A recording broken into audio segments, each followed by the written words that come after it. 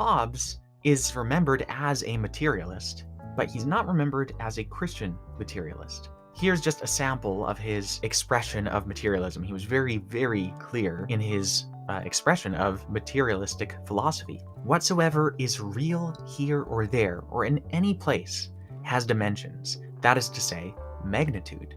That which hath magnitude, whether it be visible or invisible, finite or infinite, is called by all the learned a body. It followeth that all real things, in that they are all somewhere, are corporeal.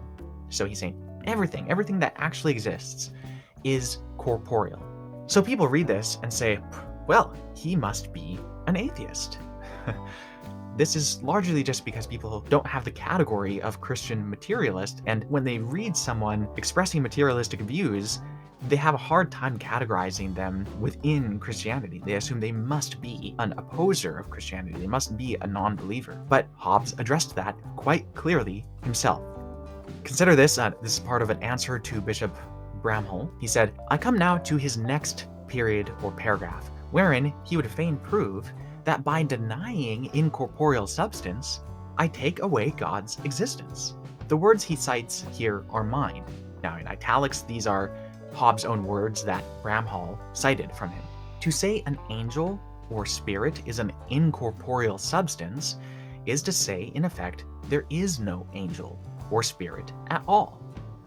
So that's the end of what Bramhall cited from him. And Hobbes says, it is true also that to say that God is an incorporeal substance is to say, in effect, there is no God at all. What alleges he against it? But the school divinity which I have already answered.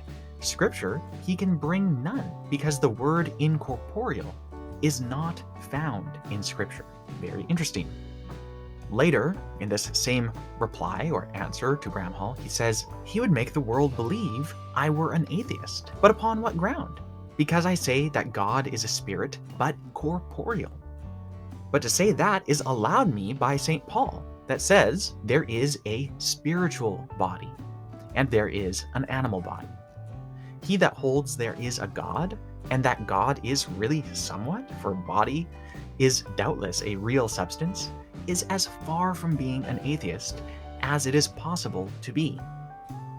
So again, here's Hobbes. He's citing Paul, who wrote 1 Corinthians, in support of his perspective, and he is saying that to say God is incorporeal is actually leaning toward atheism, not saying that God is corporeal.